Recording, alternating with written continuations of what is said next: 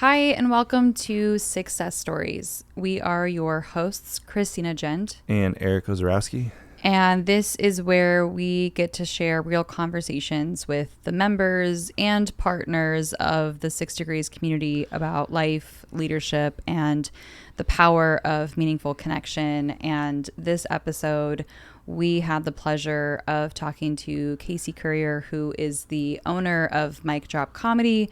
This is where we actually host the podcast. And for those of you who've been part of the community, we've had events here as well. So this is really fun to be able to talk to the owner of where we get to do all of this. The man behind all the magic. Yeah, exactly. Yeah, in this episode with Casey, we talk about the inspiration, the Alice in Wonderland theme, and how this Disney theme kind of shows up in the other clubs that they have outside of San Diego, in Arizona and Texas. And we talk about experience and how much the level of detail that he and his team pays to creating an experience around more of it being a restaurant and a hospitality focus than just a quote-unquote comedy club. And we get into a little bit about how the comedy world is changing and how technology is impacting the journey for the comedians that they're working with, and some really kind of behind-the-scenes interesting insights about what being a comic is in 2025 and how it's actually booming. The industry is booming right now, and I think part of it is we all need to laugh. Yeah, I definitely can feel that, right?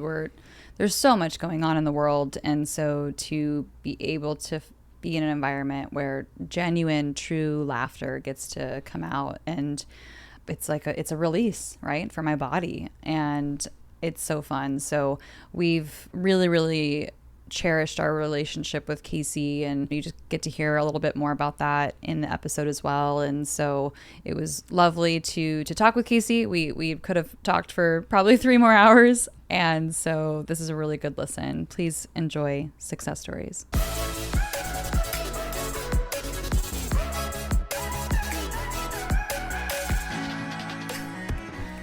Well, as a place to start, typically we'll do a check-in. It's just to kind of get grounded and kind of make it an official start. So I guess as a check-in, do you have anything that you're sitting with, Christina?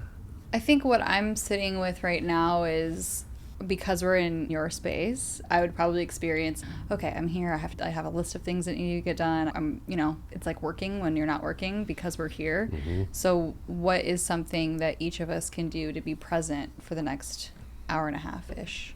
I often have to kind of turn everything else off and really put myself in the moment, whether it's a conversation with somebody that I'm mentoring or an agent or a manager. You really have to shut down the rest of the world, and I'm shutting it off. Nice.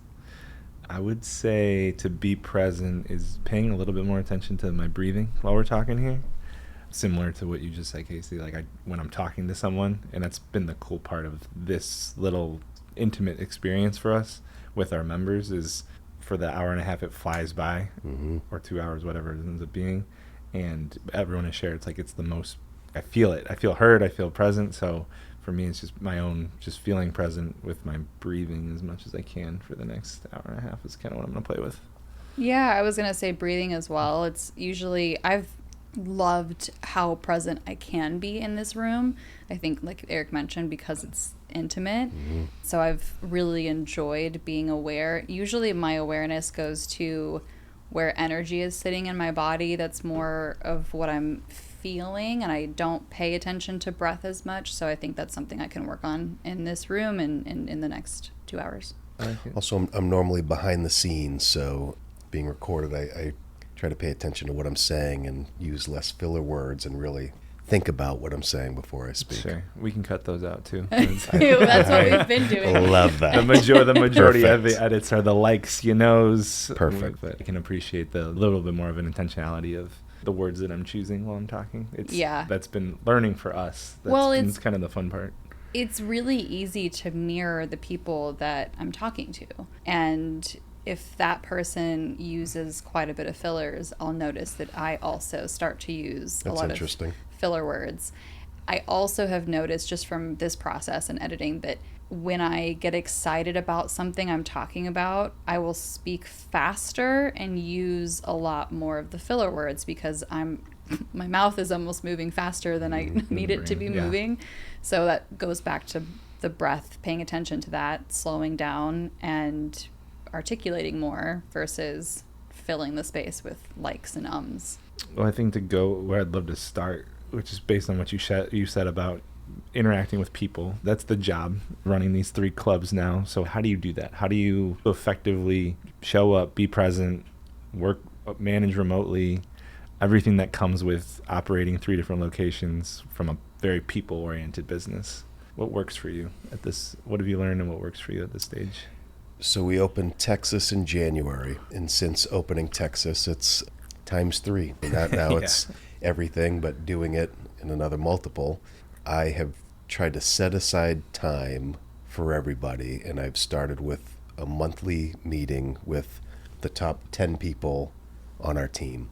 And they can be from every facet, from marketing to managers to our lead trainer. And I'm really just trying to afford time in my schedule for everybody. And what I say to them is this could be a 5-minute catch up or this could be 2 hours, but this time is dedicated to you. And monthly we'll meet and continue our conversations and continue our mentorship, and really just dedicating once a month that I know I can afford, and whether that grows into twice a month with somebody if it's needed more, or at least once a month we will jump on the phone for 5 minutes or 2 hours for one-on-one time for whatever it is that you have for me and any questions that I can answer or any benefit that I could be to them. Yeah. So is that individual? You're doing Individual level, top 10 people? We do a weekly meeting with all of our managers every Wednesday. And then I have a weekly meeting with Jenny and Hillary. Hillary is my business partner, and Jenny is our accountant, but she also owns Laughs Unlimited in Sacramento. So we do a weekly call together, and then we do a weekly manager meeting. And this is it sounds like a newer... I would say since the dust settled from Texas. Okay. So we opened in January. Yeah. I'd say the dust settled beginning of March. So I would say 5-ish months. Yeah. Nice. How's it going so far? Really beneficial. Yeah. I can tell that there's more time needed with some versus others. Sure. But I find that I get something out of each one, and I feel like they probably feel the same way. I would imagine it's like really being able to keep a pulse on where everyone's at. I mean, prior to that, how was it?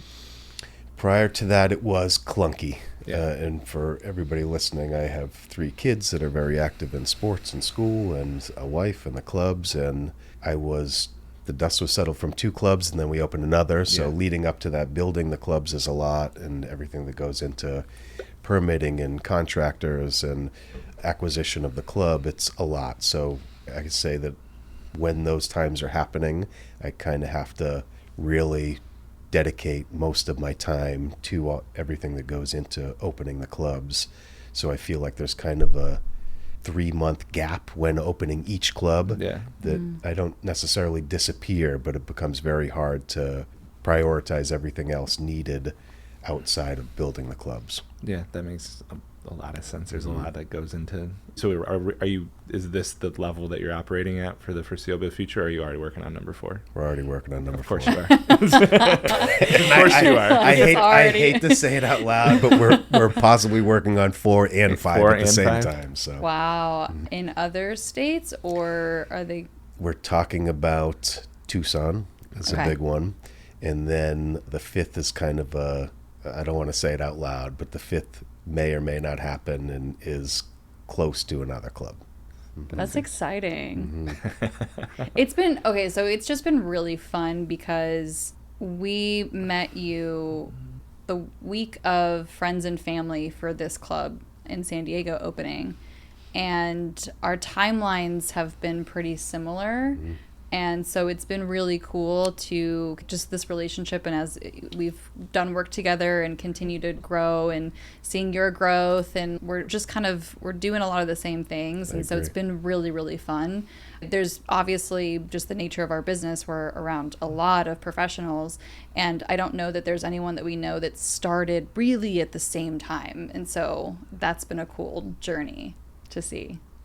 I cannot agree with you more, and it almost keeps me grounded when I hang with you guys and when we get to spend time together, because our trajectory is very similar, and we, like you said, started almost, right at the same time. So to watch each other's growth and to be able to discuss it, it's a lot of fun for me too. Yeah, I think when we talk, or just even from afar, right, just there's a lot of juice that I get of, okay, you're doing 4 and 5, like, okay. Yeah. That's awesome. That's really exciting for me to see and hear, and to have, the relationship that we have with you. Wish you were here more, right? Same. Obviously, but totally understand. But I think there is so much, the parallels, and there's hope. I guess hope is hope or motivation or aspiration tied to, like, I love everything about what you're doing, and like the intention and the care that you put into this specific club, right? I guess I'd love to hear. I know we did the walkthrough and got to hear the behind the scenes. What made you want to reimagine the way comedy was? I mean, it's been what it was for years, right? There's a drink minimum, and it's pretty standard. So aren't many places like this. I'm curious about where'd the idea come from originally? I would argue that there's no places like this. And well said. I started as a door guy at a comedy club when I was 19 years old at the Tempe Improv, which is an iconic club in Tempe, Arizona. Yeah. And from there, ultimately ended up managing and overseeing multiple clubs around the country. And I got the opportunity to visit a lot of clubs and to see the differences. And I worked for a group of guys that were, on the forefront of great food and beverage and really focusing on that aspect of comedy clubs. And what I realized visiting all the clubs that I've seen and all the opportunities that I've had, they have a lot of similarities. And the similarities stem from the beginning of comedy clubs. And the classic line that I tell people is, every comedy club has the same pictures on the wall, the same chicken tenders on the menu, the same shitty customer service, the same 2-drink minimum. And that's just kind of been comedy clubs from the beginning of time. You're gonna go see your favorite comedian regardless of where they perform and how you're treated when you're there. And it's always been a great business. When we got the opportunity to come to San Diego and look at this club, and it was during the pandemic, so Hillary and I had lots of time to really discuss our thoughts on comedy and dive into what we thought would make a fresh comedy experience for everybody. Comedy is thriving. It's at a peak that it hasn't seen in a long time with all the different mediums and social media. There's a need for it, more than I can ever remember in my 20 years in the business. And how can we do it differently? How can we provide an experience that people haven't seen or expect out of comedy clubs? And what does that mean to us? And kudos to Hillary. She's one of the most creative people that I've ever met in my life. And I come from an operations background, so I'm great at running clubs and working with people. And we laugh about it. If I was on my own, I would probably have one of those stuffy comedy clubs that are all over the country. But, talking with her through the pandemic and really what it was that was important to us, obviously the aesthetics of the club are completely different than anything that's out there. And for anybody that's listening, the clubs are themed. So San Diego is Alice in Wonderland, Arizona is Snow White, and the club that we just recently opened in Texas is Robin Hood. But it's a very subtle theme. It is covered in graffiti and murals, and just really, it's an artistic environment in every one of them. And so the aesthetics are totally different than what you expect. Well, that's what I appreciate about it. Is it's not I actually don't even really realize it until maybe someone points it out sometimes, right? It's like, oh, that's the Cheshire Cat as the backdrop with the books and even the stage, the way it's set up. But once I understand that, it almost makes me feel the space even more. But it's not necessarily like in my face. When we were opening Mic Drop in San Diego, I worked traditional comedy clubs for 20 years, so I had a lot of great relationships with comedians and people in the business. And I almost had to sell this new club in San Diego. There's another competition, so before we came into the market, everybody played a different club. And when I'm pitching people on Mic Drop, I'm trying to explain that it's a purple Alice in Wonderland themed comedy club. And can you swear on here? Do you? Oh, yeah, please. People thought I was fucking crazy. They thought I was nuts.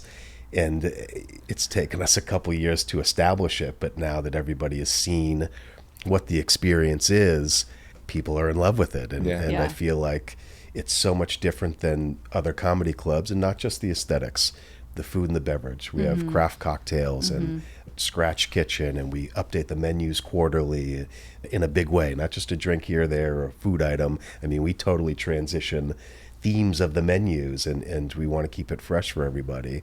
But the big piece of the puzzle to me is customer service. Normally you go into a comedy club and you're herded in like cattle, and the seats are half an inch away from the person next to you, and the staff doesn't care that you're there. And what I'm the most proud of is if you look at our reviews for any of the clubs that we have, very rarely does it talk about the comedian. It talks about the staff, talks about the food and the drinks, it talks about the customer service and the look of the club. And we've really followed through with what our intent was upon opening. We wanted to be different, we wanted to be unique, and we wanted to be the trendsetters of what we think the new comedy experience is. And I think that we've proved that. So the fact that we're talking about 4 and 5 says a lot about the progress that we've made. And in a short amount of time, San Diego's now been open for 3 years. So in a short amount of time, we've really made a mark, and we're very proud of that. But it's totally unique and different than what people expect when they walk into a comedy club. Yeah, it feels that way. I mean, has there been a buzz created within the comedy world where people, it's easier, I guess, when did that happen for this club specifically? I think for the first year, we floundered a bit, and the comics that were playing the club were excellent, but they were all friends. I would have to make a phone call and say, listen, man, I'm opening this club. It's going to be really cool. But the agents and managers in the industry, it took them about a year of us really getting some good names and them hearing from their clients, oh no, Mike Drop actually is different. They take care of comics. They provide an experience that's different and unique. And yeah, about a year here, I feel like is what it took. And then you mentioned being in clubs since 19. Is this all you've ever done? Did you go down any other paths? Or was like tunnel vision too? I grew up in New Hampshire. Yeah. And I hated the winter. I hated being around snow. I hated shoveling. I hated it being dark for 6 months of the year. Scraping those windshields, man. It's the I never worst. want to do that ever again. The worst. I had someone, when we moved here, I had someone tell me, like, oh, I'd love to, like, go feel the cold in Chicago one time. I was told when I was from there. I'm like, no, you wouldn't. Stop. You're lying to yourself. You really don't. Gross. I knew one person that lived outside of New England, and they lived in Phoenix, Arizona. So I went to the one place that I knew somebody. I had plenty of jobs before this. I started at Wendy's flipping burgers. Nice. I worked in construction for a long time. Okay. When I moved to Arizona, I had a job as an electrician. I worked in Lazy Boy in the warehouse. I sold cars. And then in 2007, when the Red Sox were winning the World Series, and they were coming back 3 games against the Yankees, I was selling cars, and I hated it. My last day, I sold a woman a car, and on the back end, they hit her for about 15 grand more than the car was worth. And I knew this woman wasn't going to be able to afford the payment, and they were just putting her in a really shit situation. Wow. I quit my job, and I drove back to New Hampshire to go to the parade for the Red Sox. So I drove back with a buddy for the parade, quit the job, and then I got back, and I didn't know what I was going to do. And I had a friend that worked at the Tempe Improv, and they said I could get you a job as a door guy. And I started, and I never looked back. My dad, growing up, was a school teacher. He taught automotive in Lawrence, Massachusetts. And before I moved, he gave me a piece of advice that didn't resonate with me until I found comedy. And he said, if you like what you do, you never work a day in your life. Mm-hmm. And I sold cars, I flipped burgers, I worked construction, and it never clicked what he said until I walked into a comedy club. And maybe I was 20 when I started, but sure. But all those jobs were before. All those jobs were before 20. That's 20. a lot. Before 20. That's a pretty well-rounded. And looking back on them, they feel like 10 years when I say them out loud, and it's 4 or 5. It's crazy to think about. But I never looked back. I realized right away that I didn't necessarily have anything that I was working towards. I just moved from New Hampshire without a care in the world and without any direction, and Tempe Improv is right next to ASU. Okay. And I looked around and I realized that everybody that was working there was going to college to be a doctor, or they were going to college to be a lawyer, and this was a stopgap for them. And I saw that there was a manager and there was an owner and there was people in there that had made this a career. And I said to myself, if I can do this every day for the rest of my life, this is what I'm going to do. And from there, I elbowed people out of the way and moved my way up, and I started as a door guy, and I worked in the box office, and then I was a food runner, and then a server, and then a bartender, and eventually a bar manager, and eventually a club manager, and eventually a general manager, and then I was overseeing multiple clubs, and it just happened fast. I mean, that's over a span of 20 years, so I guess it didn't happen fast, but it took me here today. Well, I believe you shared that you're not someone that's interested in getting up on stage and actually doing comedy. So why do you love this business so much? There's something about laughing, and there's something about whether you're in the business or whether you're a guest, there's something that is so poetic. I mean, you can walk in having the worst day of your life or going through something that's traumatic or just having a regular day, but you come into a comedy club and it kind of, everything else that's going on doesn't matter. You're able to laugh about some of the craziest shit you've ever heard in your life, and you're able to just forget. And there's something that's really special about that to me, and to be able to be on this side and build relationships with the comics and to get to know them as people, it's really special. So I just recognized right away, I think my first show when I was at the Tempe Improv was Bob Saget, and he sold out 6 shows, and fast forward 15 years, I'm friends and having drinks with Bob Saget. It's just the craziest thing in the world to think about. But to be surrounded by the best minds in comedy, I can't describe it. It's really incredible. Yeah. Well, and that's even part of when we recently shifted from networking to connections and being more intentional with our events and what we're doing. And we've done our dinners for, I mean, pretty much since the beginning of taking over, but even adding the dinner that we did here and how incredibly special that was. The people who, to your point of like, there's something about laughing together and hearing someone's like genuine laugh, that's different from being at a happy hour and exchanging business cards and that type of environment, right? So going back to even just the parallels of what you were talking about of completely shifting what a comedy club could be like. And so that's really in line with what we have been doing with 6 Degrees is, can we change what like a networking or a business group does or feels like and what the environments look like. And so the dinner we had here was incredible. The people, I mean, it was so fun to see everyone's reaction when they realized that the comedians were sitting down with us for dinner before they were going to do their show. And I think it even took the experience for everyone of watching them do stand-up to the next level, because they just sat down with this person and got to know this person, and then now they're watching them do their artwork, right, their performance. It was such a blast. People freaking loved that event. Yeah.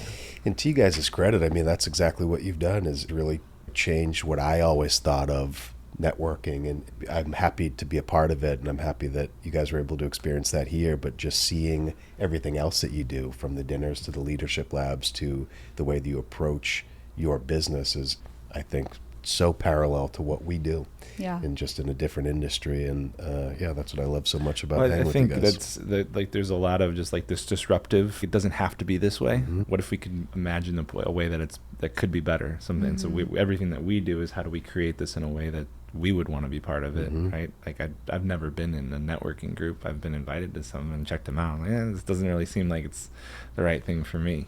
Well, even just taking it to the level of this podcast that we're doing, the 2 of us, and then usually with 1 guest.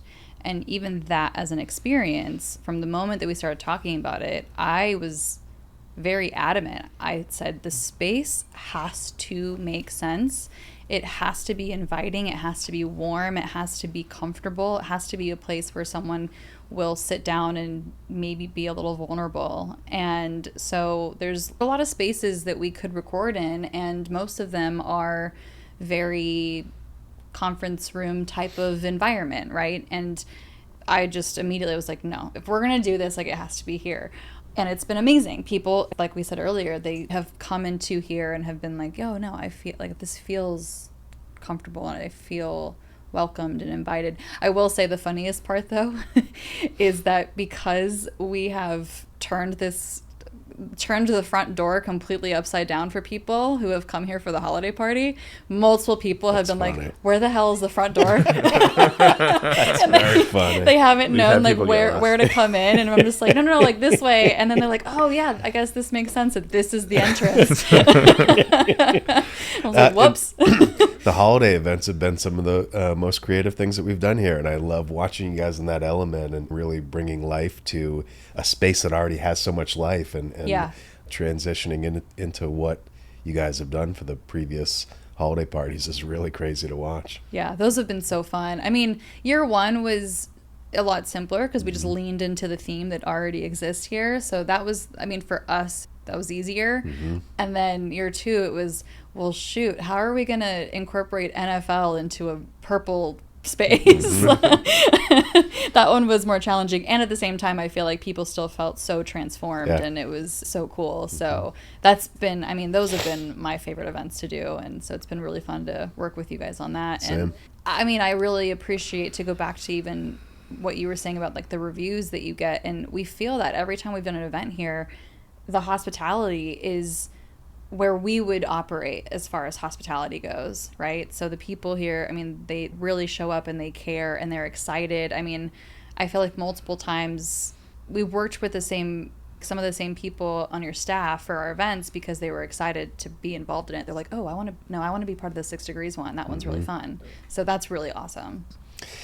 It's crazy, and I think that our thoughts on comedy have created a new kind of model to me. I don't know if I'm explaining it correctly, but you might go to a comedy show once or twice a year, and that was my understanding of comedy clubs for 20 years, is even the people that love it the most, you're going a couple times a year. We're finding that people come a couple times a month, sometimes even more, because we make it affordable. We give them an experience through hospitality that they're unable to find anywhere else. So instead of going out for drinks, they're coming out to a comedy show. And Ari Spears is here this weekend, and he looks at me and he goes, the guy in the suit sitting up front. I go, yeah, what about him? He goes, he's been to every single show I've ever done here. I went to both shows last night. And I feel like we get a lot of that, of people that are regulars to the point where a staff member will tell me this person's been here 4 or 5 times this month, which is insane for comedy clubs. It's unheard of. So cool. I think it's a tribute to you guys. It's a restaurant that also has comedy shows. Right. It's the restaurant part is first rather than an afterthought, and then it's dinner and a show. So if I'm thinking of it as a restaurant, all I care about is my regulars. All I care about is having people have an amazing experience. And the most important question is, would you come back? Yeah. And then, great. If the answer is yes, how do I get you to come back as often as you possibly can? That's the key of a restaurant.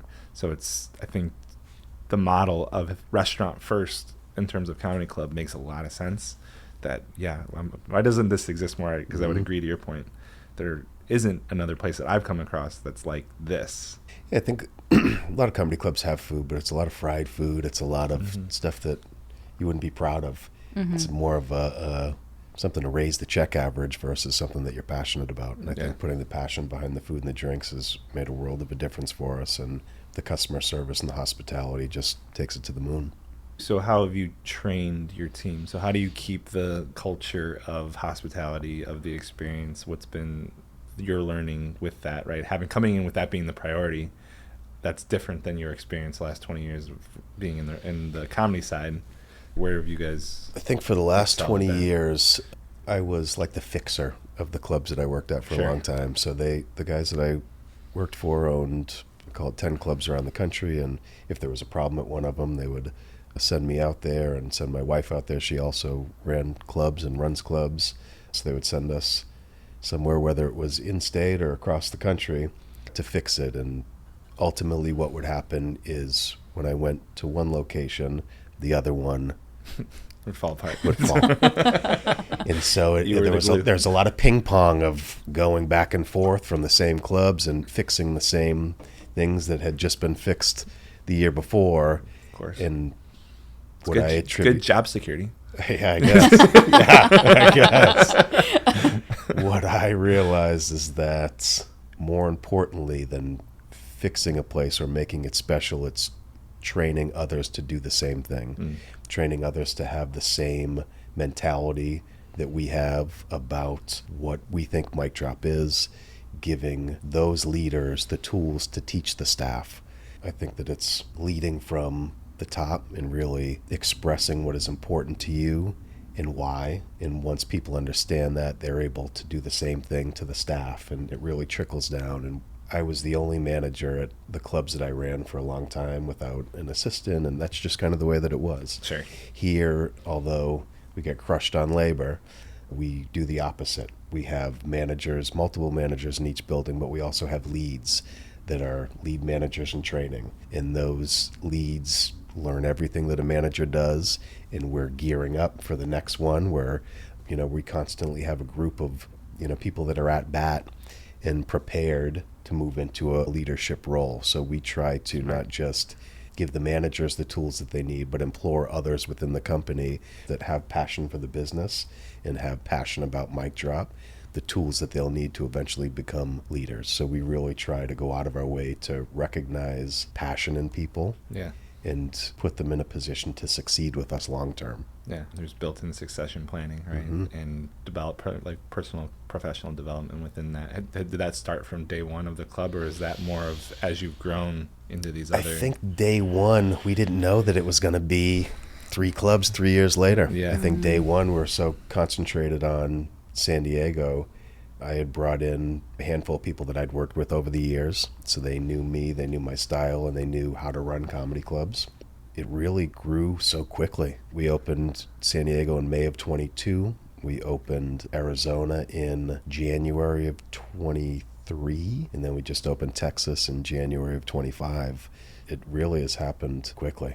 And across separate states, it's not even like a restaurant chain that usually is going to be in the same general area. Yeah. But no, you're across but that's also states. The beauty of Mic Drop and the beauty of the system that we have with the leads and with the leaders in the company. Every club operates like the other. In Texas right now, we've moved 4 managers there that were here in San Diego. And the processes are the same. As long as you're learning in one space, the culture is the same, the processes are the same, and that's our goal, is for everything to be unified and for somebody to be able to pick up from here. And although it's new faces and new names at a different location, everything else is the same. Mm-hmm. What's been the hardest part about getting to that place where the culture is the same and the systems are the same? The hardest thing has been creating the consistency and really finding the right people. I think that it's a really hard business. Mm-hmm. It's not just a restaurant. You have the biggest comedians in the world performing on your stage, and along with that comes egos and expectations. And then you have the staff and you have guests, and it's a really tough business. Long hours, long days. A lot goes into it, so it's finding people that have that drive and work ethic and want the same things that we do. Mm-hmm. Hospitality in general is such a difficult industry. We obviously have experienced that, and I can't imagine adding ego on top of that. Just like you said, you have really big names in here. I never worked at a location that drew in, celebrities or anyone that's really top level. I mean, I feel like one time there was a former bachelor that came in at one of the places that I worked or something, and that was the cool thing that everyone was talking about. But I can imagine that working in environments where there's some really big people here, it takes a special person to not let ego get in the way of that. What's been successful for me, and it's something that I realized very quickly when I started 20 years ago, is the people that are doing the open mics, the comics that are hosting and featuring, are ultimately going to go on to be the biggest names in the business. Mm-hmm. So I think that across comedy in general, there's a lot of attention paid to the celebrities, but not so much for those on the come up. And I've always felt the opposite. So guys that were doing 5 minutes when I was a 20-year-old door guy that I developed relationships with are now selling out theaters and arenas all over the country. Mm-hmm. I think that that's something that we try to teach all of the managers and all of the staff, is to treat everybody, and that's comics, guests, other staff members, with respect. And I think that that goes such a long way. I think that, we're sitting right now in a green room for our smaller showroom. We have a showroom in San Diego that's 50 seats, and we have this beautiful green room for them. It's unheard of. So giving comics that are on the come up, I'll sit down and watch every open mic that I can in any city that I'm at because I love comedy. Yeah. But showing them the respect that you show headliners is not normal in the business, and I think that it's something that's really been beneficial to me over the years and something that we try to add into our culture. What's your barometer of gauging like how talented someone is in a 5 minutes? In 20 years, you've seen a lot of people, and you have the track record of people that have made it at this point. It's similar to interviewing for talent, right? What's your sense of how? There's different levels to it, and there's not a one great answer, but I think in some you can see it right away. Yeah. You can see it the moment they get on stage that they just have that charisma and that it factor. Others really have to work on it, but when you see somebody that is constantly writing and creative and has a beautiful mind, that grows into something really special. And some people, the filter of comedians that make it, it's like a vacuum, when you start at an open mic, there's a million open micers, and then you're getting to a club level, there's so many less, and then as you move up, the vacuum becomes so small, you have to have tenacity. And I think that it's easy in the same thing in life, not just in comedy, to give up on things when they aren't happening as fast as you'd like. 100%. And what I've heard and what I've seen over the years is to become an actual comic takes 10 years. Yeah. Who has the time and the dedication to put that into a craft that doesn't pay the bills for the first 10 years? It's a passion project for 10 years. Yeah. Sometimes 20, sometimes more. But who has the drive to put that type of dedication into their craft? And the answer is very few. It's the same thing in business. It took me 20 years to get here to Mic Drop, but I always had the drive and I had the hard work that went behind it. And it's the same thing with comedy and entertainment. You have to be willing to put in work and outwork everybody around you. Yeah, I appreciate that, because I do think so much of it is just being consistent. Yeah. It's just showing up. But I'm also showing up on the number one thing that most people would say that they're afraid of is public speaking. So when I bomb and I'm the person that gets up and goes and does it at a club an hour later, right? There's so much mental tenacity or just resilience that comes out of it. And yeah, few people make it. Right? And there's also, there's people that hit overnight.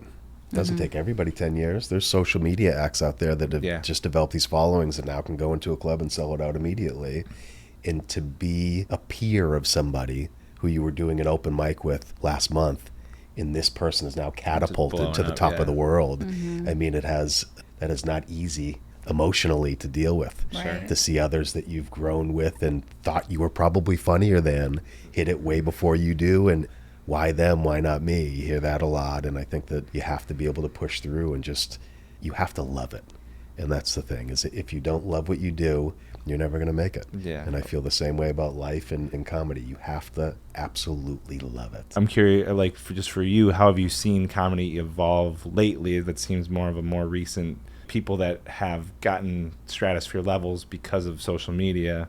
Crowd work seems to be a different type of skill that is more important now than it's ever been. What your perspective on what's changed recently or how that's impacted the industry? I think a lot of, when you talk about the crowd work, I think that two great examples are Matt Rife and Nate Jackson. Blow up on TikTok, blow up doing these crowd work bits, and that's kind of what their show has turned into. But what people don't know is they've both been doing comedy for 20 years. Right. They put all the work in to get here, and this is just what's catapulted them. But on the other side of the coin, and Hillary is the queen of this, and it's so inspiring to watch. She'll find somebody on social media that has a huge following that is just doing social media parodies or just a social media presence and invite them to perform.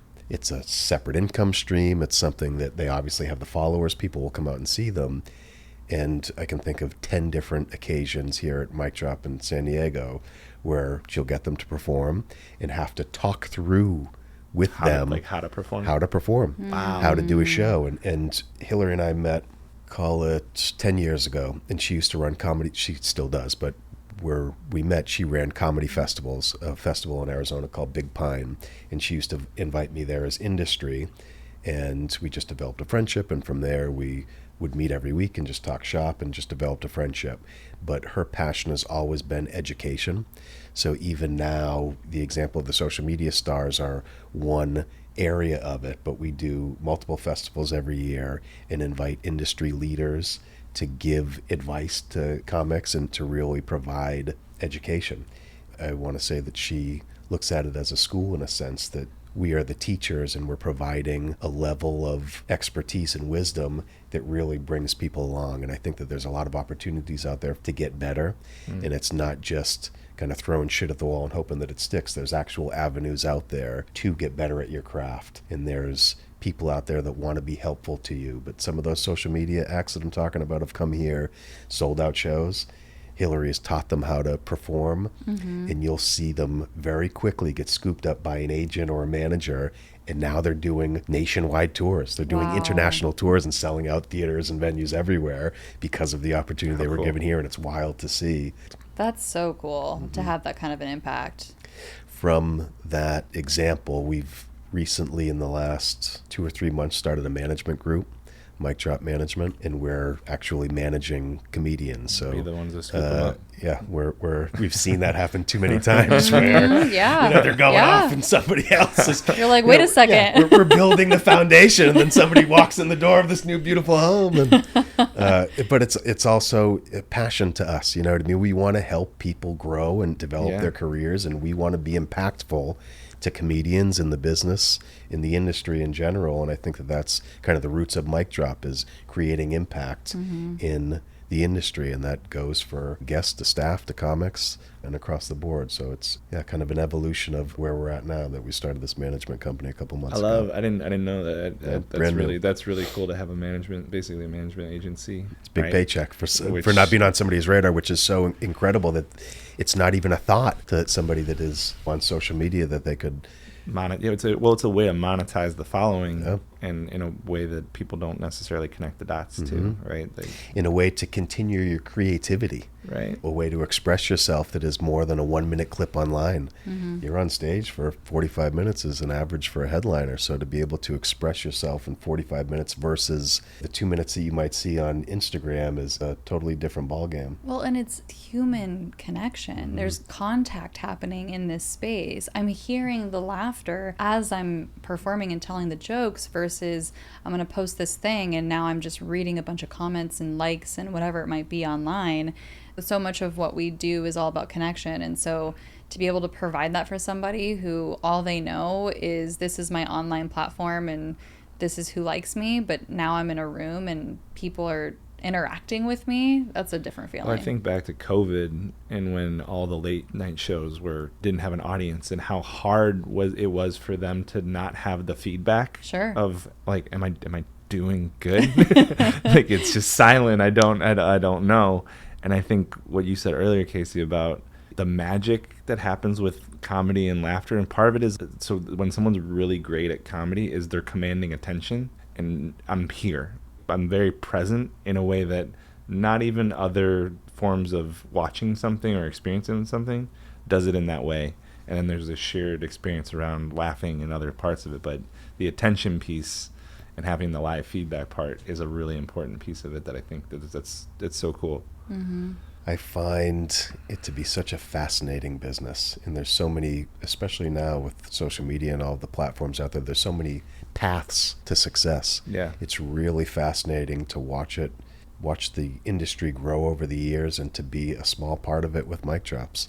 It's hard for me I still think that I'm a door guy at the Tempe Improv. You know, it's hard to kind of step back and say, oh shit, this is 3 clubs that we've opened in 3 years, and we've got 100 employees, and that we're making an impact in the business. I mean, it's insane. We've talked about this a little bit, but so for you, how does it feel to have that little bit of a wake up to be like, Casey, you're the owner of a very successful, growing comedy club? If I'm being honest, it doesn't click a lot. Yeah. I'm still not there.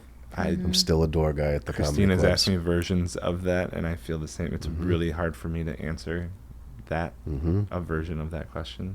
I can relate a lot to, it's uncomfortable. It feels off. It feels a little bit of imposter-ish. Yeah, I mean, there's been multiple mentions on podcasts of, myself or the clubs, and really people speaking of them at length.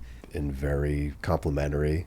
Those are the moments where it's like, holy shit, we're really doing something special. And outside of those moments, yeah, I'm just not there. Which is, I mean, the level, and this is for Christina, for us, the level of impact that we're having with our community, you guys are having it with the team that you're developing, you're having it with the comics that are both successful and having a different experience, but people that you're bringing in and turning into comics, all of the guest experience, right? There's so many different levels of to impact that you're having.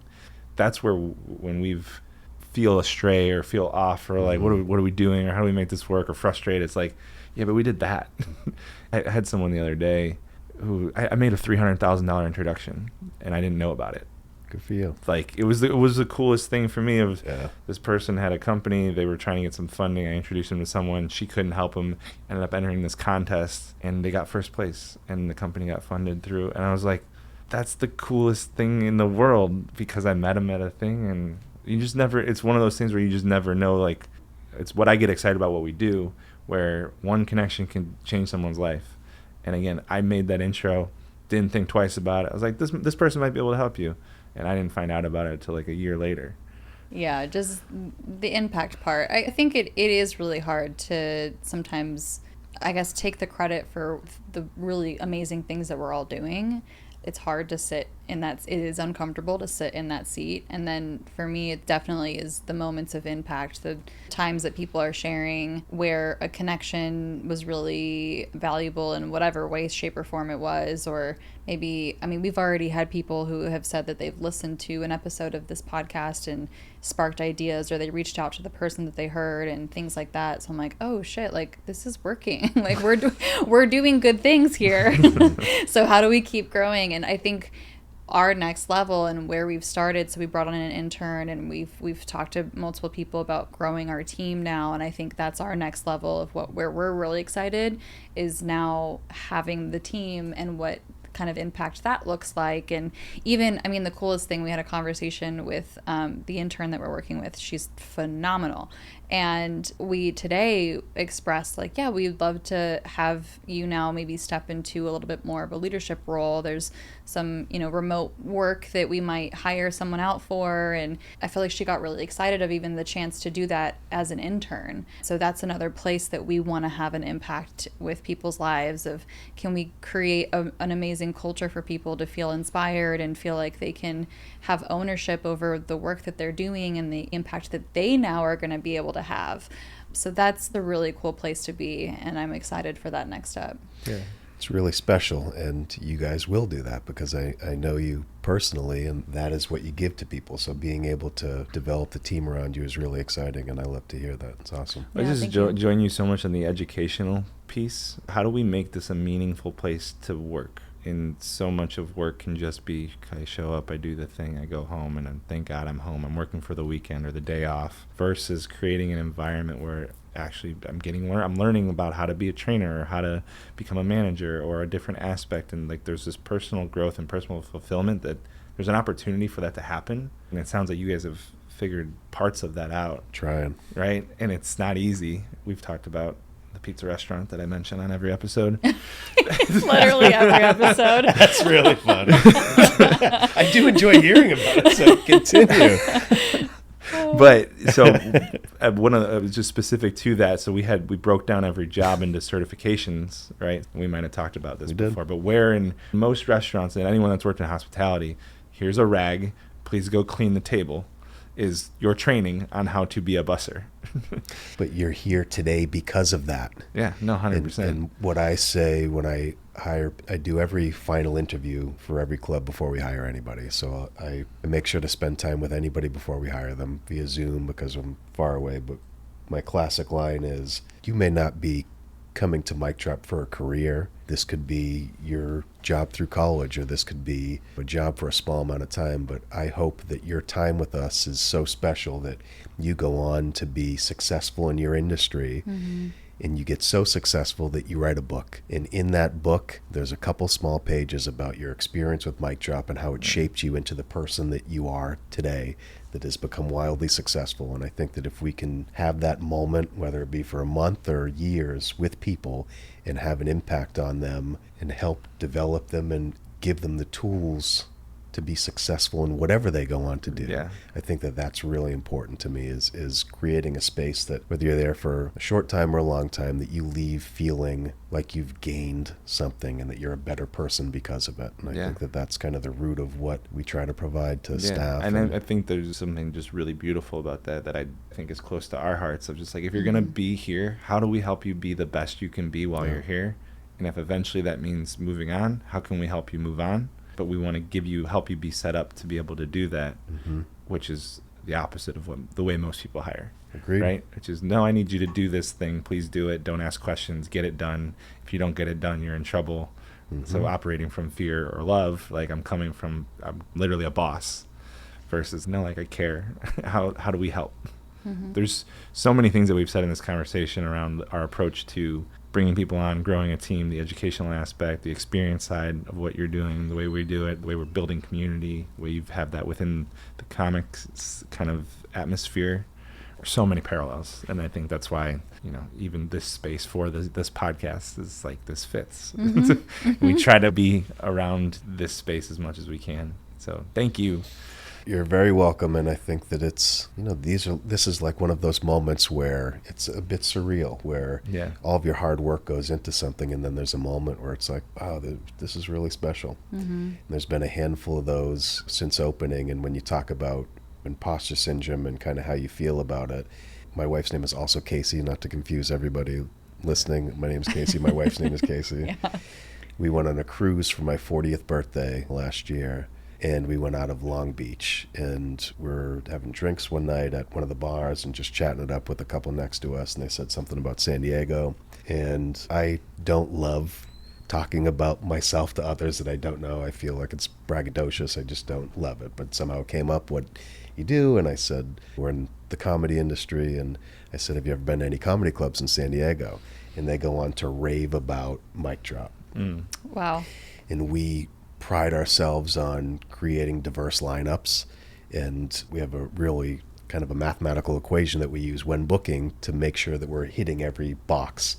And I don't care what color, background, religion you are, you can look at our calendar, and every month you'll find somebody that you love. So what this group was talking about, and they happened to be with they were with a big 50th birthday party, and there was like 40 of them there.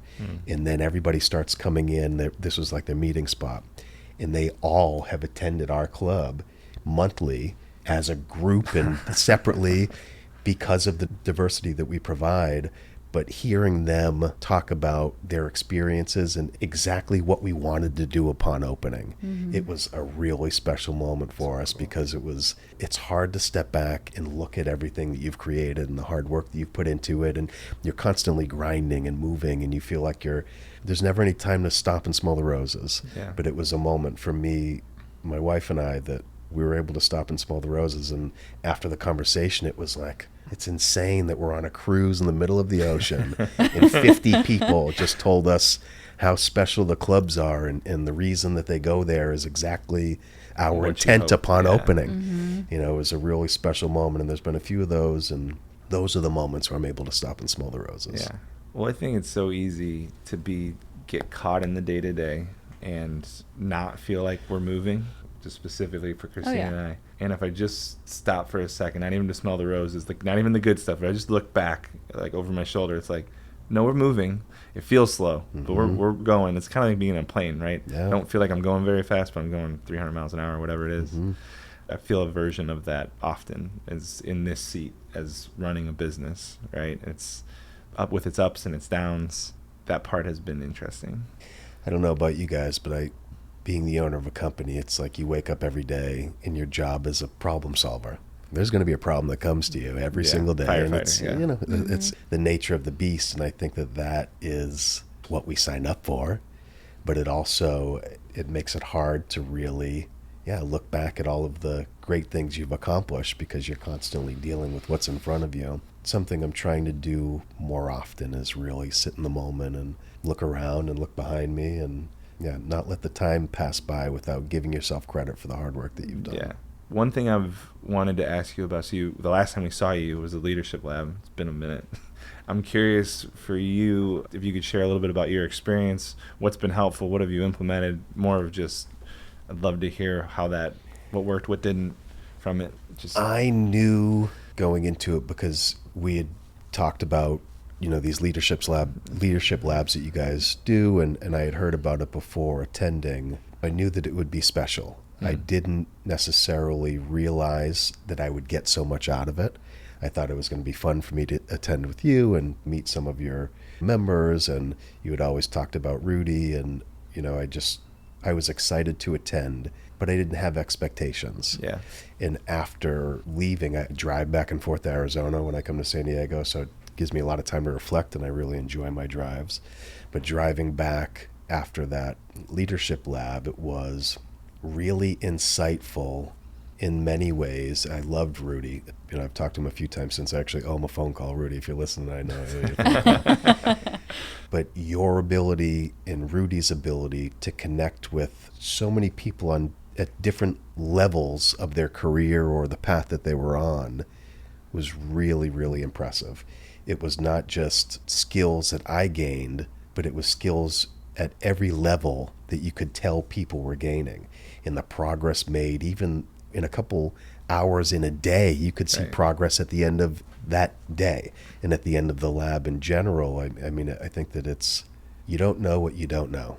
In going into it, some of the skills and tools given regarding communication and just dealing with people that may not be just like you or may not have the same ideas and vision, and it was special. It was a really impactful moment for me. I still look back on my notes. I take copious notes. It's like a blessing and a curse. I always have, but I've looked back on those notes dozens of times since then and put into action the things that I learned there. And the hard part is teaching that to others. It's like almost something you have to experience for yourself and go through and absorb. So that's the difficulty to me, is how do I provide that to others? But the skills that I gained, I've spoken to Rudy about, joining our team and doing it for all of our leaders. And I just think that it was really, really special, and things that communication is my jam. I know. People are my jam. It always has been, but you can always grow and learn more. And I feel like I learned more in those 2 days than I have in monthly chunks of my life. I feel I appreciate you sharing that, because for me, it was when I first came across that word, conscious communication, it very much was like, this is different. I thought like I was, it's a level of awareness, I think, and there's just so much power in it. You came for 2 days, over the course of 2 days, 8 hours, tip of the iceberg. Rudy's been practicing it for 40 years. I've known it for 15, and every time I've been around Rudy or experienced it, it's just deeper or something new or a different perspective. Is there anything specific that of the notes that you took, that you put into place that has been really impactful or really effective?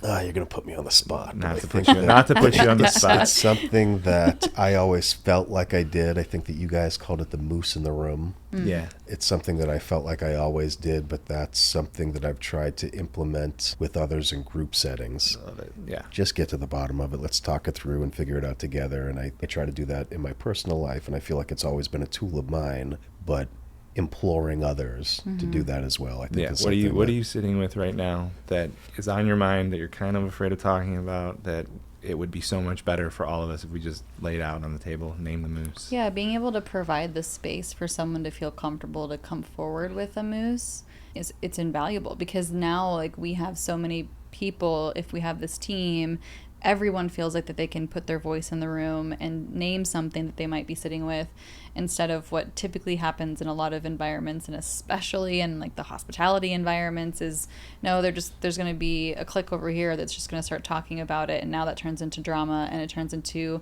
a bigger moose or even more moose. And so it's so impactful to be able to provide that for others. If I'm really good at being able to name the moose, how can I empower my team to also be able to do the same thing? Yeah. Appreciate you being on the spot and having an example. I did put you on the spot. Appreciate you. And I would say, for anybody listening or any members of yours, it doesn't matter where you're at or what industry you're in. Mm-hmm.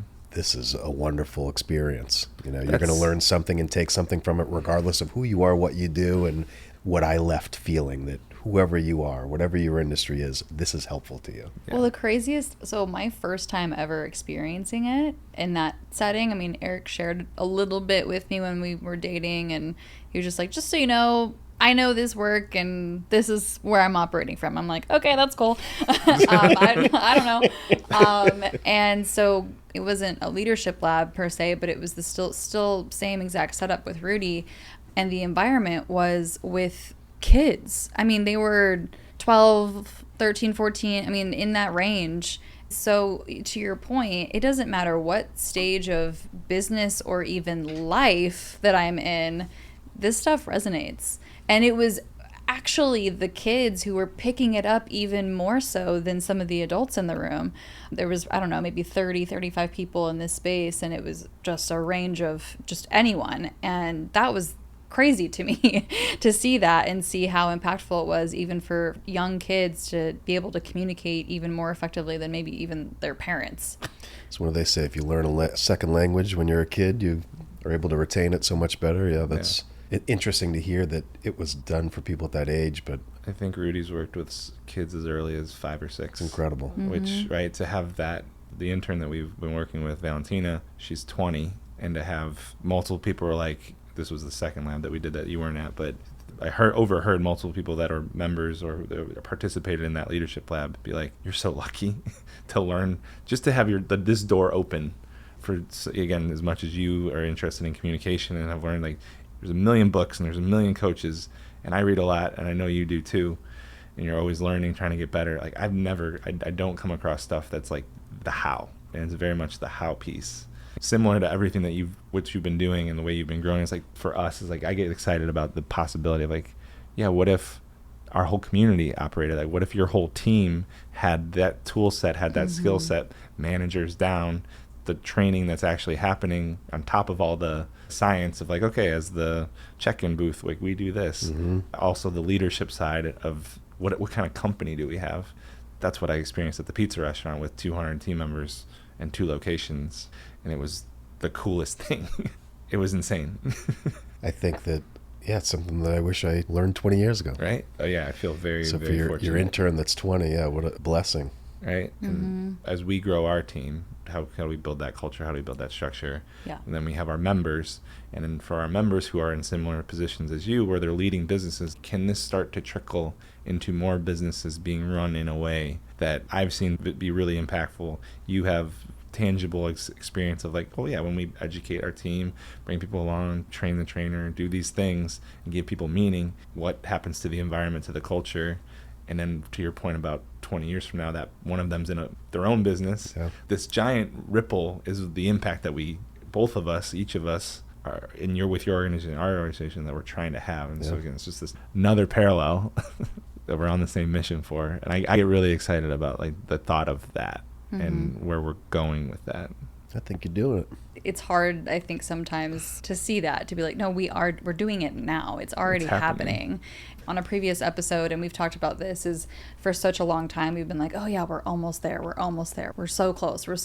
And it's, no, we're doing it right now. Things are happening. Already there. Yeah. So we're in it. You pointed it out to me. Thank you for pointing it out. I was like, yes, we are. We're here.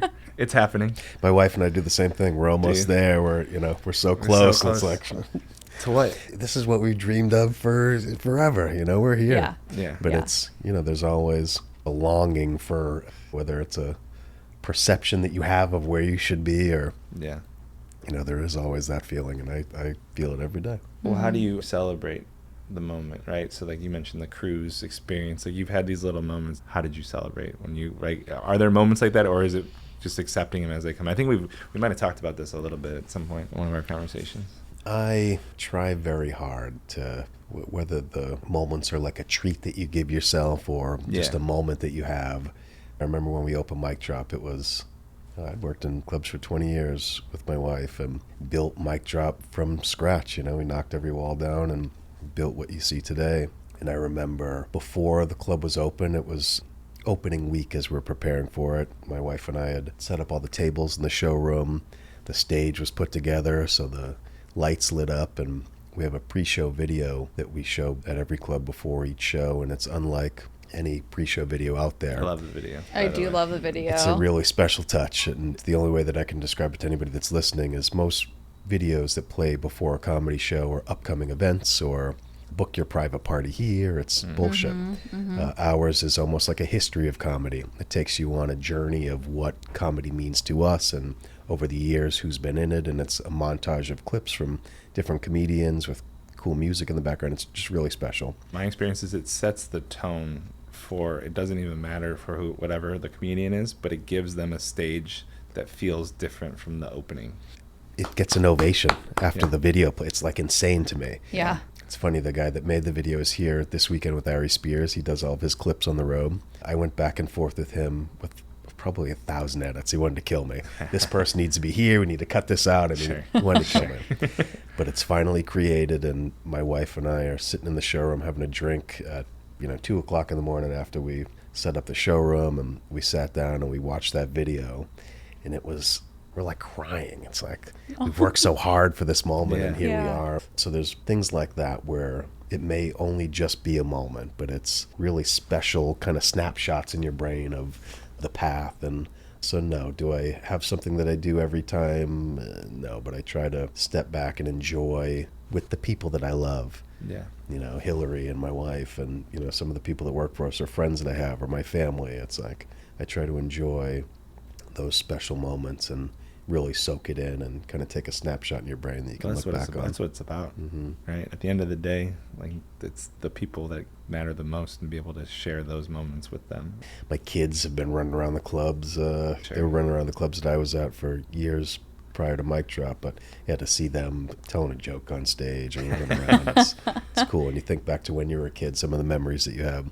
Until I was probably 15, my mom was a waitress, and I have great memories of being at the restaurant under the table with my sister, just fucking around. And to think that our kids will have these memories, it's those are the special things to me. That's really cool. I mean, I think I've mentioned this to you before. A moment that was a celebration moment for me was this past holiday party where Eric and I had time. We actually, because we had things dialed in and Anjali was helping and everything was in place, that we actually had time to take a moment. We stepped outside and just had a moment of breath and like, holy shit, look what we just did.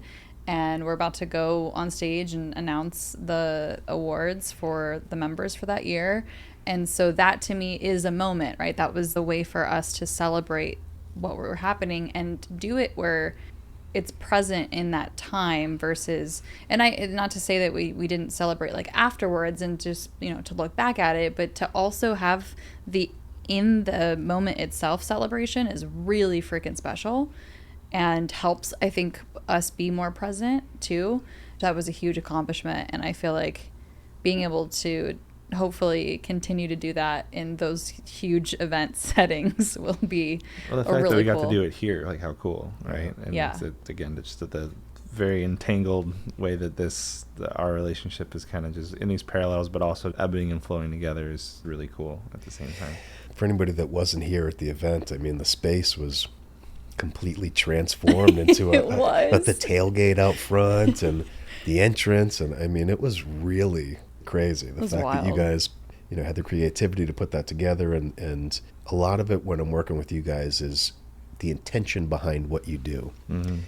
When you had everything set up as everybody's walking in with the lanyards, and you guys have such great intention behind the things you do. So the event as a whole, smashing success.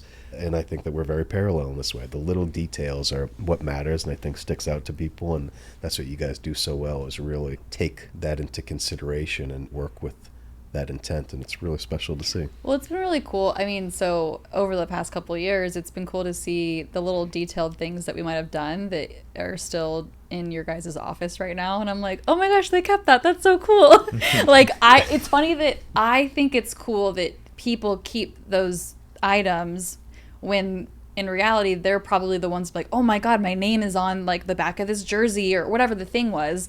We even had one of our members, so we had a family day event, which was a blast because it was an opportunity for family members of our members to come together and meet each other. And people were meeting each other's spouses and kids, and it was so much fun. And one of our members showed up wearing the jersey. He Cool. was one of the sponsors for last year.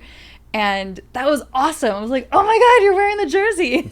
Like, that's so cool. It's funny how those details that we want to make other people feel special then just turn around and make, I don't know about you, Eric, but it makes me feel special to see that they're being kept. Oh, yeah. No, absolutely.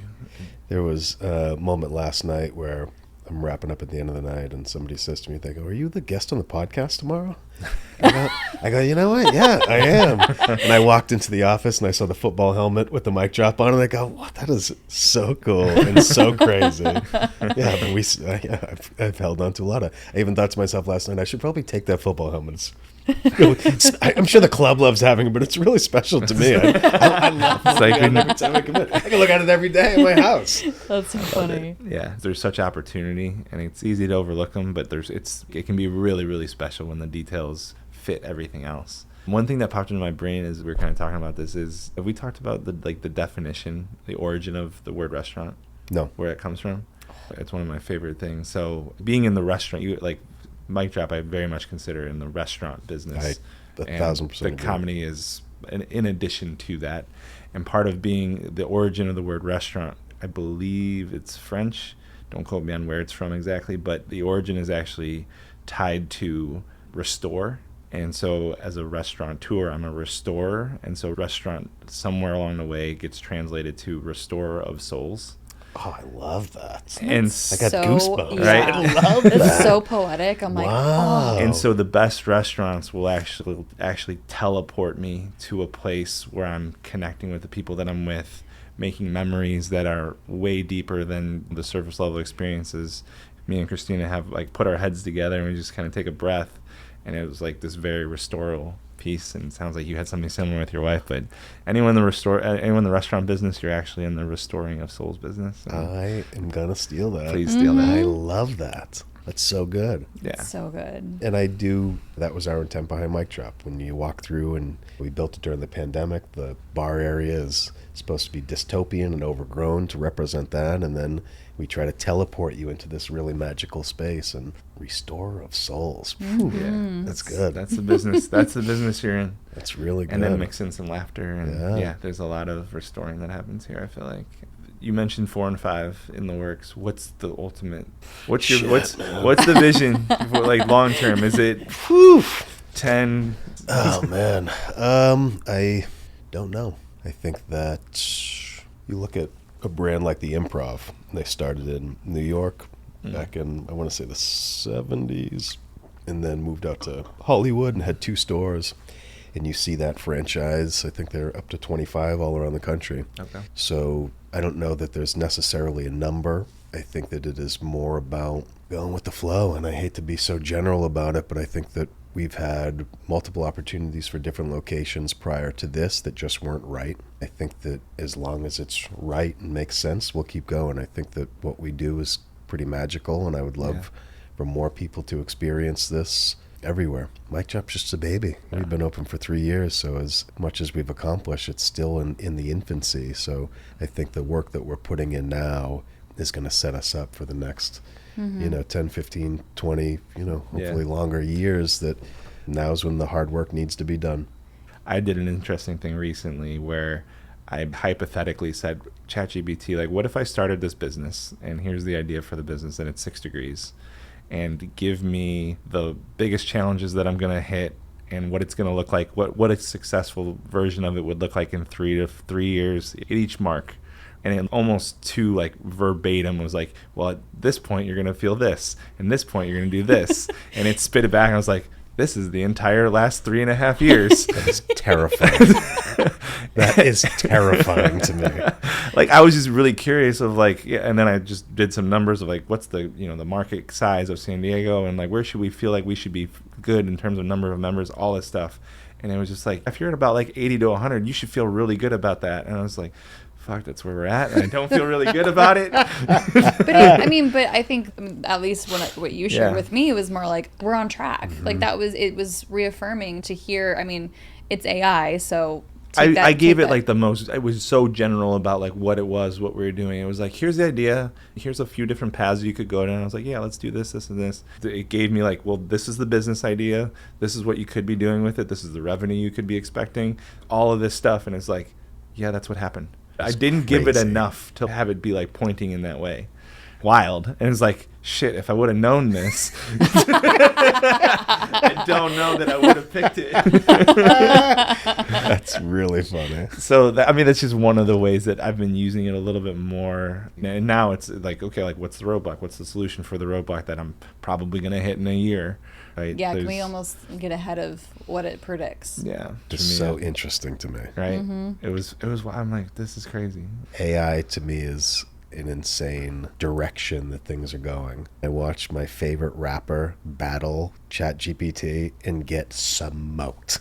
It was like, the speed wild. In which ChatGPT can just spit out the last 3 years of your life, and the accuracy is what are we talking about? It's insane, and we're tip of the iceberg with it, right? Like this is T9 texting is what I tell people all the time. Yes. Remember I had to hit M like 4 times. I don't know if they're big here, but do you guys have Waymos here? Waymo's big? We don't have them. Not here. In Arizona, I call an Uber now to come pick me up, and it's a driverless Waymo, and you're just in a driverless car, and it's the craziest thing. Everything seems to be moving so fast. I think that's why groups like us are successful, because it's personal. It's what the world needs. I feel like that's why comedy is such a big industry. People want to come and laugh, and it's the oldest form of self-expression. It's the last place, they call it the last stage for free speech. And I think that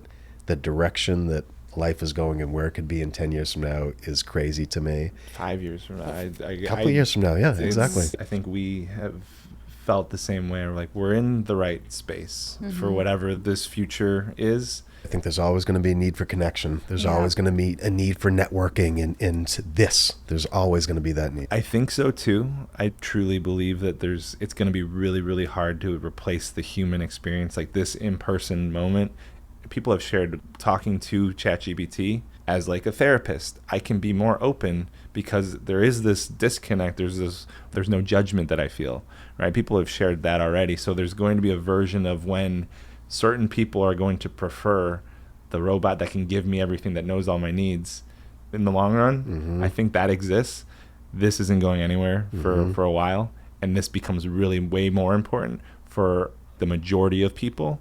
And I think there's going to be these other people that just go, no, like, put me on the drip of whatever social media scrolling, virtual reality, video game, and just plug me in for 23 hours a day. What's the movie that, trying to think of the name of it. They wear the headset and Spielberg? Yes, what's the name of it? Ready Player One. Ready Player One. Yeah. I mean, I think that's absolutely a possibility for the direction, and maybe generational, but I feel like there's always a need for connection. There's so much loneliness in this world, right? And so instead of this scrolling thing, like what if it was something that actually could talk back and could have conversation and knew me? It actually might solve, the timing of it's really interesting with where we're at. It might just be this puzzle piece that's helped certain people in a certain way that is crazy. I agree with everything you're saying, because I want in-person more than ever. I want to, we talked to someone, one of our members is like, if I'm meeting someone for the first time, I say, here's the coffee shop that I'm going to. If you're not interested, that's okay. This isn't for me. I'm not doing Zoom for the first time that we're meeting. Yeah. There's also a version of that where I won't even be able to trust it. The other version of AI is there's a virtual version of me. Yeah, it knows my voice, my video, and you think you're talking to me, but you're not. You're talking to an AI. Like that already exists. Like it's to your point about how like crazy it is and how fast it's going. Like it's only getting faster. I like the analogy of the T9 texting. I think that you're absolutely right. This is just the beginning, and where it will develop from here will be really interesting to sit back and watch. At the same time, I think we are in a good spot. We're in a really good spot. I think it's only going to amplify how much people want human to human connection, because there's already so much anxiety and distrust with the generations that have grown up with a cell phone and they know social media, right? That's only going to get worse. in time with so much being AI. And I agree too with like the video component. And I'm already having a hard time trusting when I see a video and it's quote unquote the news. Is it real? Is it AI? Has it been manipulated? Because they've done that with so many things. So to me, I think I'm going to get to a point where, yeah, I'm going to have to see you in person and I'm going to have to experience who you are in person. Otherwise, I have no idea what's behind the screen. The thing that just popped into my head is, so there's already social media personalities that are AI. Think about someone that Hillary reaches out to that has a following that actually isn't a real person, but the hologram version of them is what sells tickets and people come watch, which I hope we don't get like there anytime soon. Well, even just being like catfished by an Tupac's, account you're like a rapper that. fan. Like Tupac's already been a hologram. That was like 15 years ago. That was 15 years ago. As clever as ChatGPT is, I don't think that it can take the place of a great comedic mind. The originality, the being on stage and having that interaction with the crowd that's watching you. I think that there's something that, to me, has always been so special from moment one that it's an interesting thought. I think that's why Hillary and I are such a great yin and yang. She is all over AI and is doing all the research and really utilizing it to its potential, and I'm on the exact opposite side of the coin. You're like, no, thank you. That's kind of our yin and yang a little bit. Christina has been way more adaptive with it, and I'm just tinker a little bit. I try to do, can I play with it for like half hour a day just to be up to date and understand what's going on. Because for me, what I'm interested in is two parts. One is a business. How do we optimize the business and use it to scale and leverage some of the potential that we have to grow, right? With our team, like where we're talking about is like, so the human experience is really important, but how do we balance where maybe like some of these tasks could just be delegated to something else, right? Rather than having someone do it. But the other part is how do we leverage it to connect people better? Because even with there's a club, even with Mic Drop, is like, how do we fill the seats? Is there a way where AI can help us fill the seats and bring people to have this moment?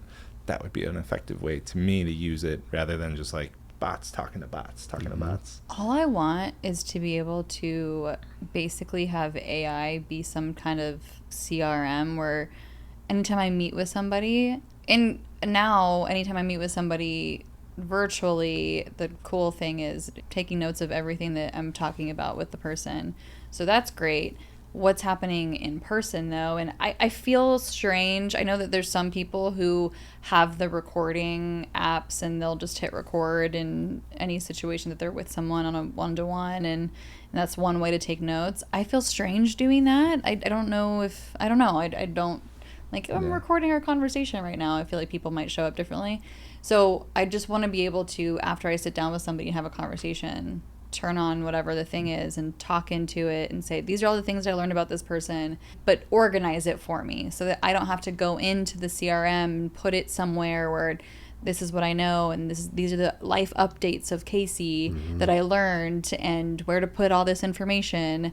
I just wanted to just do it. I was reading something interesting that we're the only generation that grew up without the internet and were introduced to the internet as kids or young adults, and that time will never come again.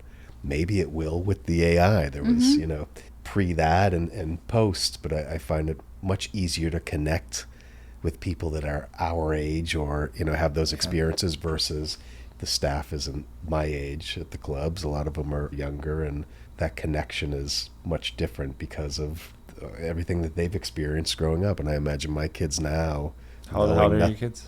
12, 9, and 6. 12, 9, and 6, yeah. Only knowing Waymos and driverless cars, it'll be interesting, and everything moves so fast. Yeah. I'm reading a book called The Anxious Generation, which breaks down, like, so your kids, Gen Z, is growing up with cell phones and the negative impact of giving a kid a slot machine and all of these, the social impact of that. And, like, yeah, it's harder to connect, and how anxious and depressed and all of these really negative things have come to fruition because kids aren't, basically between 0 to at least 12, like teenagers, like, I should not have his phone. and we gave kids not just access to a screen, but access to the internet with zero guide rails. And we're feeling some of that with all of this stuff that's going on. So imagine being a kid and knowing that everything you do is going to be recorded. You go to a concert nowadays, and it's so gross to me. I'm not this person at all, but all you see is the cell phones. Yeah. Cell phones filming the experience that it. they're at. I hate it so much. I don't understand it, number one. And I mean, no one watches it. No one ever watches that video. What are you doing with this video? Right. What are you doing with it? What is it for? We find it a lot in comedy clubs where you're filming the show and there's a strict no recording policy, but ultimately, there's people, it's just be present, live in the moment and enjoy it. But I can't imagine being a kid and knowing that everywhere you go, you're being filmed. You're being positive or negative. You're being blasted on the internet and open game to anybody that wants to comment on you, knowing nothing about who you are or the intent behind what you were doing. And it's just such a crazy world. And social media is a necessary evil for me. But I'm not a big social media person. I'm more anti than to pull you into this a little bit. So there's apparently, to tie into like just everything's recorded and whatever the moment is, it just lives forever. So apparently Travis Kelce has had the video of him where he was on basically a version of The Bachelor. What was it called? Do you remember? Catching Kelce. Okay. But there was a clip of him. So now obviously he's with Taylor Swift, but there was a clip of him. This is what, like 10 years ago, 5 years ago. So long ago. Like early, like right when he got into the league. Yeah. I mean, he looks like a baby. Yeah. Anyway, so there's a clip of him talking about that someone asked him, like, so how many dates until you sleep with the person that you're with? And he's like, if it's more than 3, like whatever, like it's like it's definitely happened after 3 or this isn't happening. And so like that's resurfaced and all this Taylor Swift fans are like up in arms about what he said 10 years ago. And it's like, he's clearly a different person now. Clearly. Yeah. Like it's probably not how he thing. feels dating Taylor Swift. It's so many people getting canceled over something they tweeted 15 years ago. It is unreal to me. And I hear about it in job interviews and people when they're going for careers that are being held accountable for something they said as a child on social media and not getting jobs or something because of it. And life's hard. People make mistakes. When you're a kid, you say stupid shit that you don't, but I think that it is there forever for everybody to see. Yeah. And you have to constantly be mindful of everything that you do, especially as a leader or a company. You own businesses or you're in a leadership level. You have to be, look at that CEO that just got pinched for cheating on his wife at the Coldplay concert. The Coldplay. Oh my God. One viral moment exploded into the biggest thing that, for weeks it was the biggest topic of conversation. This moron threw away everything because, it was filmed at a concert doing something terrible. You have to be so conscious to be a good person. We're all good people, but it's like if the moment that you are not, it's going to be filmed and blasted out. I mean, I can't tell you how many times I've kicked people out of comedy clubs or got cameras in your face. It's like, you were the one that's in the wrong. What are you filming me for? I'm asking you to leave because you're rude and disrespectful and you're filming me. It's like the audacity. Well, they're just waiting for you to do something that's worth right, worth like, canceling. Absolutely. I had a panic. When we do these, we'll post a little clip with just a little piece of audio. And the guest that we just had on, that we posted this past Tuesday, he says fuck on the little audio clip, and it got posted, and I like listen, and the whole time I'm listening to it, I'm like, yeah, because this is fun and this is his personality. And then I was like, oh shit, this is going on LinkedIn. Like, I think I have to bleep this out. Like, I don't think that this can be on here. I don't know. Does it matter? I freaked out, and I immediately deleted the post, and then I went in the audio and I just put one of those little bleeps on top of the word and whatever. And it's probably not even a big deal. It's not like we have thousands of followers, but who knows? I mean, anytime I'm online, if there's a curse word, it's usually bleeped out in some capacity. And so, but I had a panic attack because I'm like, wait, but this is our brand and our name, and is this okay? And I had a whole moment for that morning. Don't worry about bleeping out my Well, no, on F-bombs. the, I'm in the comedy episodes, business it's fine. from On the the East No, episodes, yeah. it's fine. Yeah. It's But, like, more just the little there's- clip that gets. when it gets distributed, we have to like mark it as like, is there sensitive content? Is it like Understood. there's certain settings? What makes it sensitive content? Is there a number of swears or? I think the what- biggest thing is like, is this open to like kids can listen to it or Sure. not? And I think there's, or is it? I think YouTube is. I was looking at like some YouTube stuff. YouTube is very much like if you are specifically advertising to kids, then there are all of these restrictions and guidelines for the Spotify platform or the platforms that we use distribution wise. It's like, is there explicit content or is it not? It's kind of a black and white thing. We just need to know. It's fine. You can do it. We just need to know because it might change the way that it gets distributed or the way that people pick it up. So It's yeah. really interesting. Speaking of the HR thing, do you know how the PR twist that they did with that? Did you see? Go ahead. Christina, you shared it with me. Oh, it was hilarious. What they ended up doing was they made a little commercial ad with Gwyneth Paltrow, Yeah. which is Chris Martin. Martin's ex. And I think there might have been infidelity. I don't know if there was or not, but that was so funny. I mean, for them to jump on that, for that company to jump on that quickly and hire her and have the commercial. And the way that it was done, and I don't remember exactly, but she said it was like, oh yeah, I know that our PR team right now is dealing. I don't know. She alludes to it, Genius. but then like switches it over to their services or something, and it was. I'm like, Genius. that's so smart. Super smart. Like you've got Genius. the world is watching, and you have all this attention, and people are like, what is this company? Just like lean And into it's, it. we're gonna spend a bunch of money and hire Gwyneth Paltrow, who is the ex-wife of the husband of Coldplay of the concert that they were at. Give that person a raise. Seriously, whoever's whoever- idea Bravo. that was. whoever's Give idea. that Bravo. person a raise. Yeah. Bravo. Genius. Well done. I'll try to find it for you. I'll send it to you. Genius. So funny. It's pretty good. I mean, again, the times here, it just goes by so fast in this room, and so I do want to. So funny. It's wild. I feel like we can talk for hours with every person we've had on this. As a reinforcement, I'm really curious. Everyone came in with something that they were going to do to be present. And how did that show up for you, for each of us? Were you able to Nope. accomplish your goal? I was not paying attention to my breathing. Me neither. For me, I recognized it 3 times. I remember that, oh, breathing. I said I was going to breathe, and I'm not breathing, or I wasn't paying attention to it. And that same sentence happened for me 3 times. And so in those 3 moments, I went exhale and deep breath, and then it was gone again. So that was all I got. I caught it twice, and halfway through, and I was like, "Oh, I'm not really paying attention, but I'm here. I'm very present." It was almost more present than being present about the breathing. Sure, So that makes sense. The presence was caught up in conversation rather than breath. Right. I will have to listen back and see if I was able to articulate and pull out the filler words. I feel like I did a decent job, I would say for sure. Mm-hmm. but I will have to. My experience is yes, Okay. very. Which that's Pretty consistent for you. Yeah, that's pretty Yeah. consistent with our experience of you as a human. So Okay.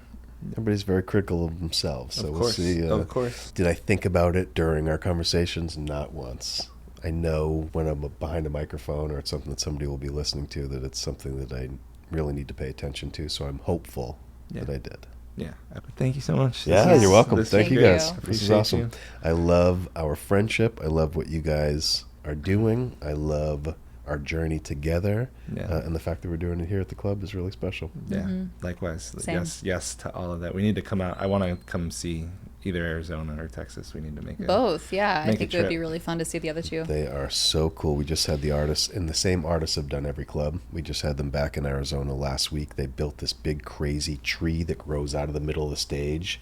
It starts as spray paint at the bottom and then literally grows out of the stage. So the performers have these branches above them and this tree. And Whoa. floor to ceiling murals. And then the club in Texas is insane. That's awesome. The same artists, so they're only getting cooler as we go along. And Oh, they're yeah, I'm really sure understanding they- the vision. Right. and- Yeah, we got to get out there. We need to just find a show that would be fun Yeah, to watch. follow someone that I'm Yeah. really excited about. Please do. Yeah. I'll meet you out there. Yeah, Cool. let's do it. I Cool. like it. Thank you so much. Yeah, thank you guys. Appreciate it.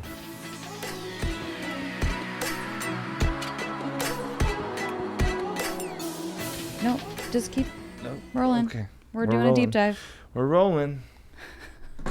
Keep rolling. Keep rolling, roll. Hilarious. Okay, so we're obviously gonna do a deep dive, and I thought we were doing a deep dive. What are you saying? I thought we were doing one. Yeah, that's what I'm saying. We're doing a deep dive, and This is a deep dive. we are in the process of diving in deep. And what I'm trying to get to is that I want to keep this short and concise because this is a longer episode, and your little funnies are just extending it even longer. Thank you, I'm going to Eric. push the limits on how long we can get this episode to be. You're pushing my limits right now. Yeah. It's Friday. It is Friday. I'm feeling Friday vibes. I'm also just really, really excited because this is going to be night 2 of us being able to experience the magic that is Amber Autry for the second time. Last night, we went to her 10 p.m. show, and I was dying laughing for the the whole entire time. It didn't stop at all. It was wild. I don't think I've ever laughed that hard for that long in my life. Yeah. As someone that loves comedy, almost studies comedy a little bit, I think there's so much of it's as an art form. There's a simplicity and there's a beauty in the simplicity of it. It's a human being and a microphone, and there's a blank canvas that I can literally do anything on. Mm-hmm. Right. And so what I will say is, with Amber, I remember multiple times like, what's happening right now?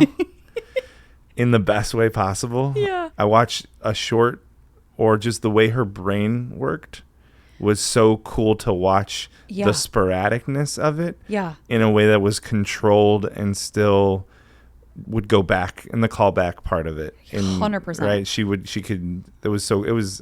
It was chaotic and hilarious, right? Yeah. And like you said, like chaotic, and the callback and full circle moments and the memory, all of that is consistent with being able to like work a crowd and everything else. It was fascinating. I to your point, I was like, how the fuck is she doing this? It was incredible. I've just not seen. It's a level of flow to me. Like, yeah. It's really impressive. Just mix in, again, just the attention span that she has for an idea to come. Like, I think it's just like no filter. Right? Yep. So it's like an idea happens and then it gets expressed, and like she has all these different voices and different mannerisms and different expressions, and it's very.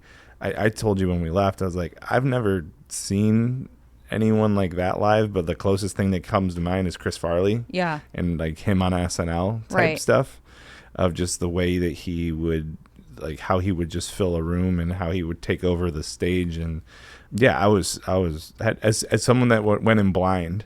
I was I showed you like 1 or 2 videos, and like you didn't really know much, and going in. Yeah. So you know her IG handle? Her IG. Let's give her. Let's give Amber some. Let's give Amber a little bit of love. Dude, fuck yeah. We're gonna see her again tonight. Amber Autry. So yeah, I'm a fan. It's it's Amber Autry Comedy. So for her last name, it's Autry.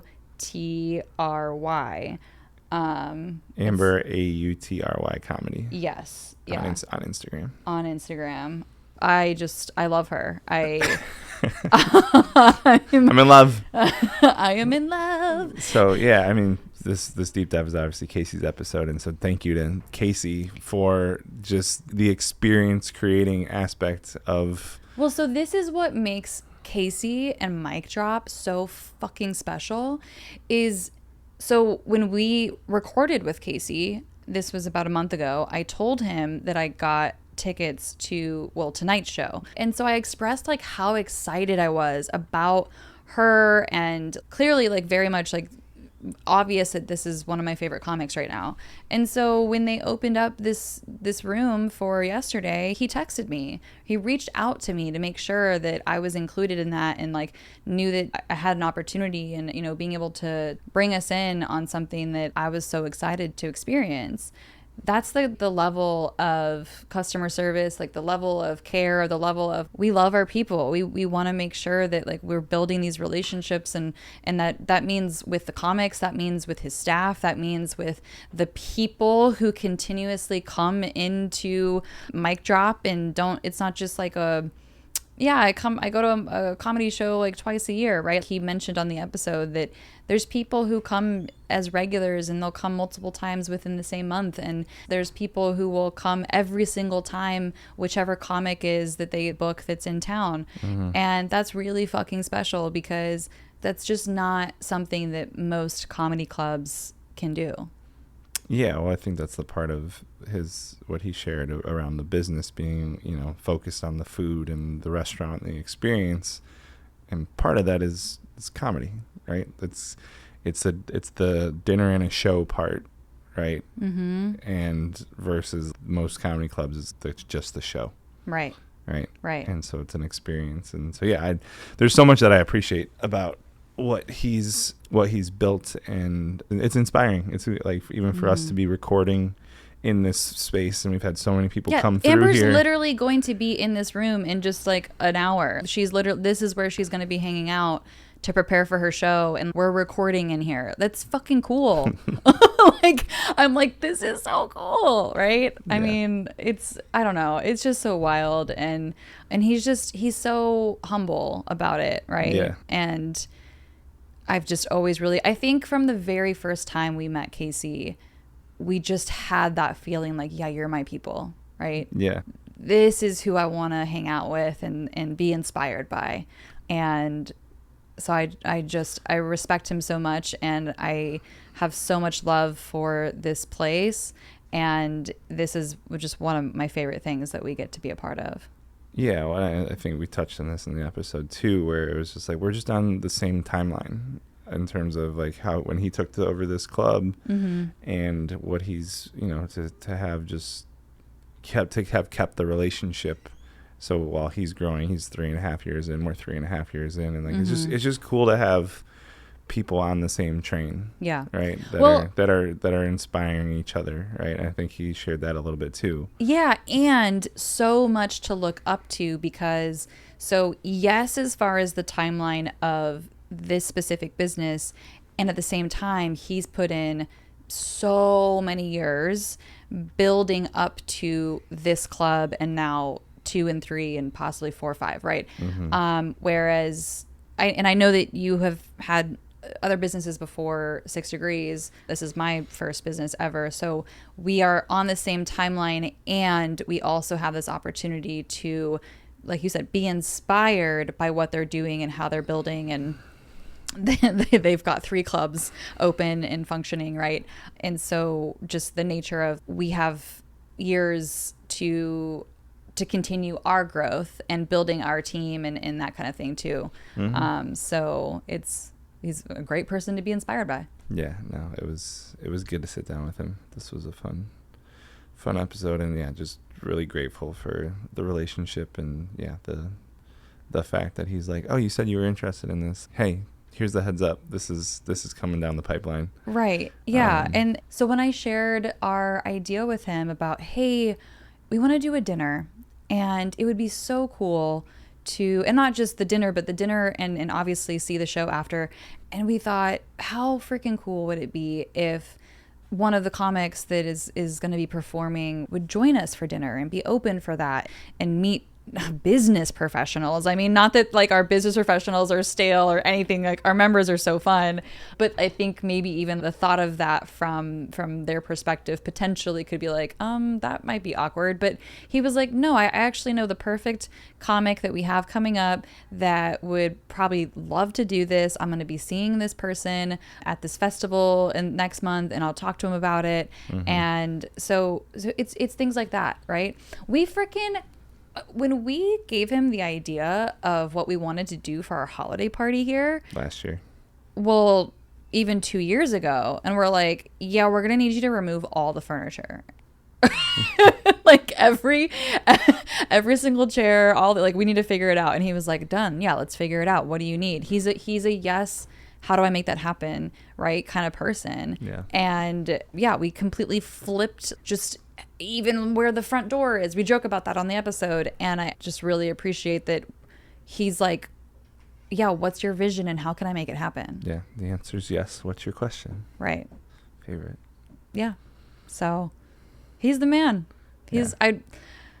I wish we could hang out with him more. For anyone listening, if you have not come to Mic Drop yet, or if you've come for one of our events but haven't got to experience a show, it is amazing, amazing place, very special place that I highly, highly, highly recommend coming to check out. They have a laundry list of amazing comics coming through different nights and different types of sets. And I think one of the things Casey said in this episode is like part of their goal is like a diverse offering. And so there's something for everyone, right? And I think that's one of the beautiful things about comedy is I don't know many people that don't like to laugh, right?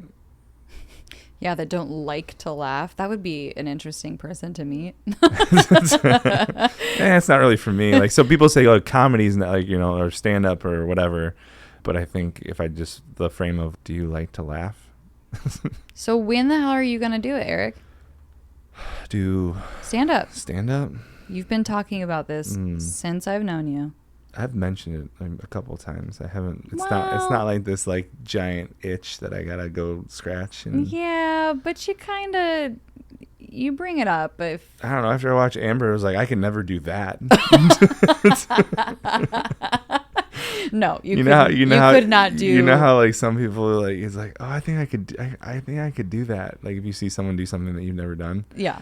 Right. And I'm like watching her, I'm like, this is not something that I could do. If the way that she went about performing was comedy, I couldn't do that. Well, but you like literally just said moments ago that there's so many different styles. I know. Everyone's different. I'm just telling you like the most recent version of watching a comedy show. Yeah. Usually I'll watch it and be like, I usually get a little excited about, like maybe. I don't know what the answer is to your question of when I will do an open mic. Well, we have the location. It's here. We do have a location that I could do it at. I have a little bit of stuff written, but it's been a while. I'd have to dust it off. Oh, for the listener, he just like acted like he blew off dust from his book. It's hilarious. Yeah. Cool. Well, put her there, bub. It's like the wasn't it the Ring? Well, we already did that. We already did Gollum. If you were gonna do another one, I would say do like a I don't know, what's Gollum. huh? Put her there, bub. It